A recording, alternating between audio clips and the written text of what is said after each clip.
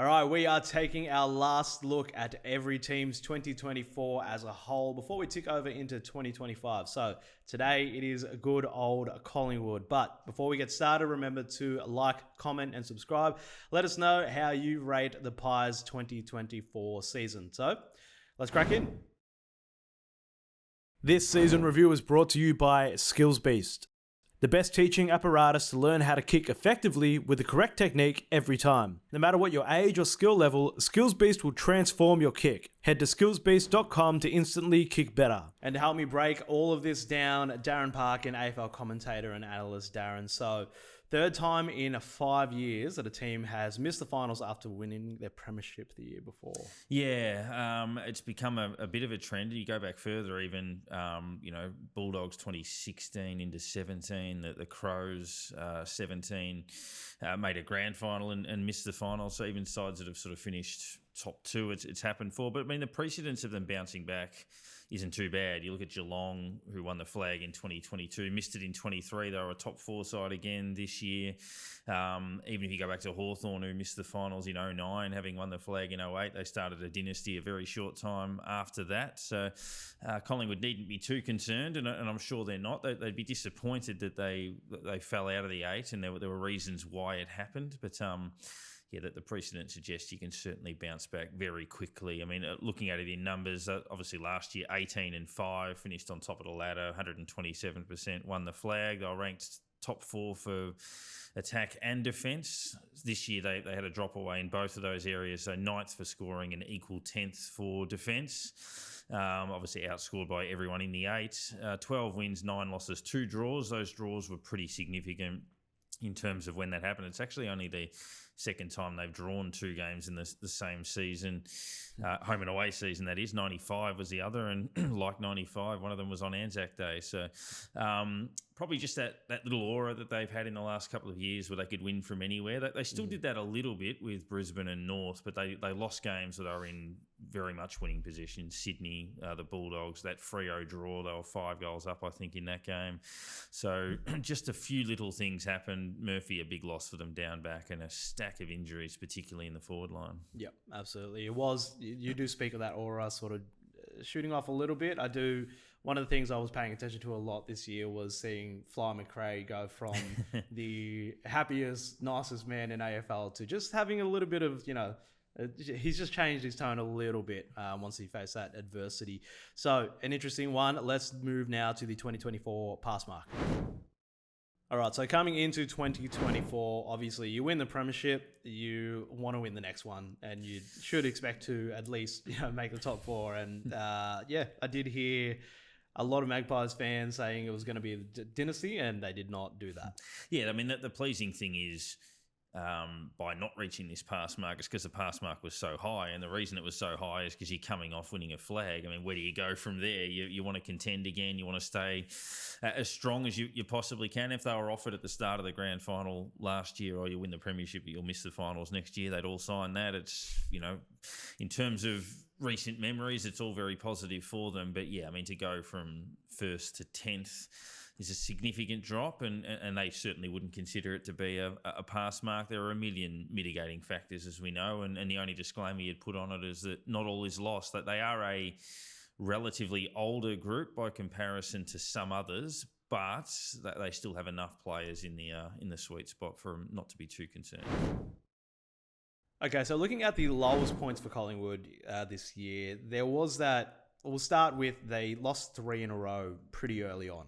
Yeah, and same as Geelong when they were the defending champs, dropped the first 3. So those games, they lost to the Giants away, very good side. They lost to Sydney, who ended up on top of the ladder, and they lost to the Saints in that Thursday night game before they went to Brisbane and got their first win at the Gabba to start their season. They didn't lose for about 8 or 9 weeks after that, a couple of draws in there, but they actually got to 3rd on the table just before the bye. But coming out of the bye, they lost 4 in a row again, which derailed their season. They actually dropped from 3rd to about 11th on the table in that stretch of losses. And a lot of it came down to just their inability to nail some of those clutch moments. And part of why that happened was injuries, particularly forward. So if you look in the off-season, Ginnivan leaves the club, goes to Hawthorn, has an influence.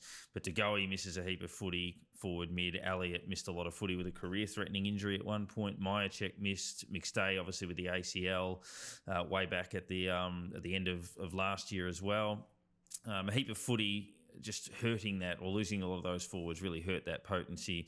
Certainly hurt, say, Schultz's ability to slot in there and how they sort of structured it all up.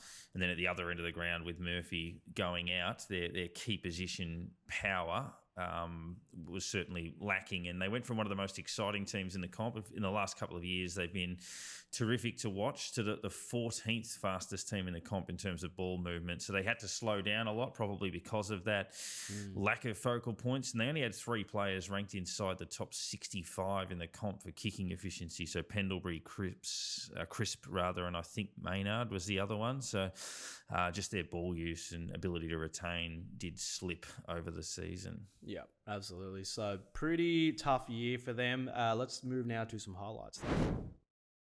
So looking at what went right for the Pies this year, one of the main things that went right for them was after the season had ended. They had a pretty good off-season in terms of recruiting. They did. They won the race for Dan Houston's signature from Port Adelaide, who'll be useful for them. Perryman, a good soldier at the Giants, comes across, and Tim Membry, if he plays like he did in the second half of the year, will give them good service in the forward line.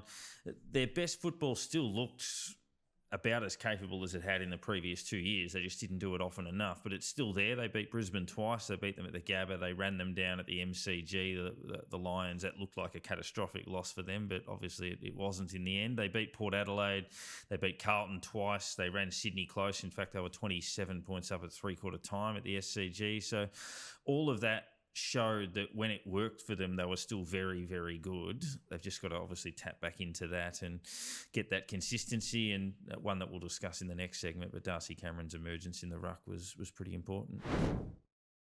All right, this next segment is brought to you thanks to Skills Beast, who have been helping AFL players of all skill levels improve their kick. So, who transformed their game for the Pies in 2024? We did talk about him just before. Darcy Cameron. Yeah, look, he's been their main man for a little while now and squeezed Grundy out a couple of years back, but had a career best season by most measurements, career high hitouts, disposals, marks, clearances, inside 50s, so all key stats, and got himself into the All-Australian squad of 44 as one of 4 ruckmen, I think, picked in that squad. So terrific reward for him, and would have got more accolades had Collingwood not have had a lot of the other issues they had with form and injuries. But yeah, he was outstanding for them.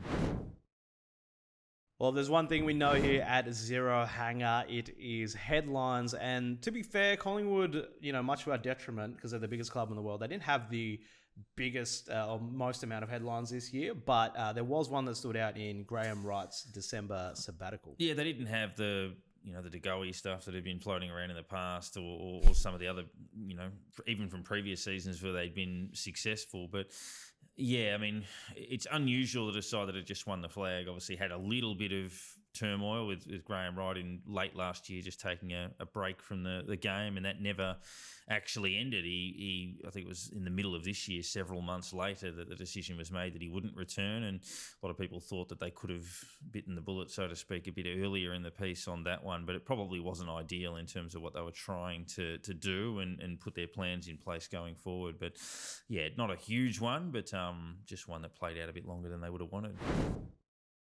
All right, so the ins and outs for Collingwood this year. We talked earlier about their ins, the players' gains, which were pretty good, but let's lead off with their losses. So the big one, obviously, was John Noble being traded to the Gold Coast. Yeah, he heads up there. Joe Richards goes to Port Adelaide as well, but Noble, who was a bit of an unlucky story in the previous year's finals campaign, now gets an opportunity somewhere else. We spoke about the Nathan Murphy retirement. Josh Carmichael, also medical, had 3 concussions in a season, and they delisted a couple of mature recruits that they got from other clubs, Jack Bytel and Nathan Kruger, and then Josh Eyre and Aidan Begg, a couple of others to go as well. And then they balanced that out with Houston, Perryman and Membry, who were 3 likely best 22 players arriving at the same time. Yep, absolutely. And not too much action at the draft. I think it was McRae that said they wanted players and not picks. So Cochrane, Hayes and West, the 3 lads they brought in, and yeah, still a tidy haul.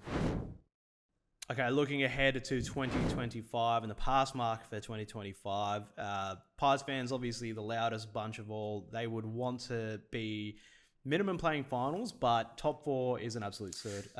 It's on the table. Yeah, definitely. I mean, if you look at how even the comp is, I mean, if you were to definitively say who the best side in the comp would be next year, you look at the reigning premiers in Brisbane, been up for ages. They still bring in plenty of young talent. They're going to be good. They lose Danaher. How does that all balance out? How does Sydney recover from grand final day? Again, for them, how do the Giants recover from their straight sets exit? Are Port Adelaide still in the mix? So there's enough questions around to think that it's going to be an even comp once more, and Collingwood can put themselves in that mix, and if they're good enough, can push right back up into the frame, I would say. So, a lot of it depends on how much they get out of some of their senior guys like Pendlebury and Sidebottom, and these guys are just obviously another year older, and another year older in Elliott and various others as well. But they should go pretty close to contending or feel as if they're around the mark. And that wraps it up for our season review for Collingwood for 2024. Thank you, Darren. Always an interesting team to follow. Yeah, they are. They're a hot topic of conversation and, well supported. So, I'm keen to see how they fare, but I reckon they'll bounce back. Yep, absolutely. So remember to like, comment and subscribe. Let us know down in those comments how you think Collingwood are going to fare in 2025. Let us know what you think of their 2024 season. And don't forget, you can catch all your latest AFL news at zerohanger.com. This season review was brought to you by SkillsBeast. Instantly kick better. Head to skillsbeast.com for more info.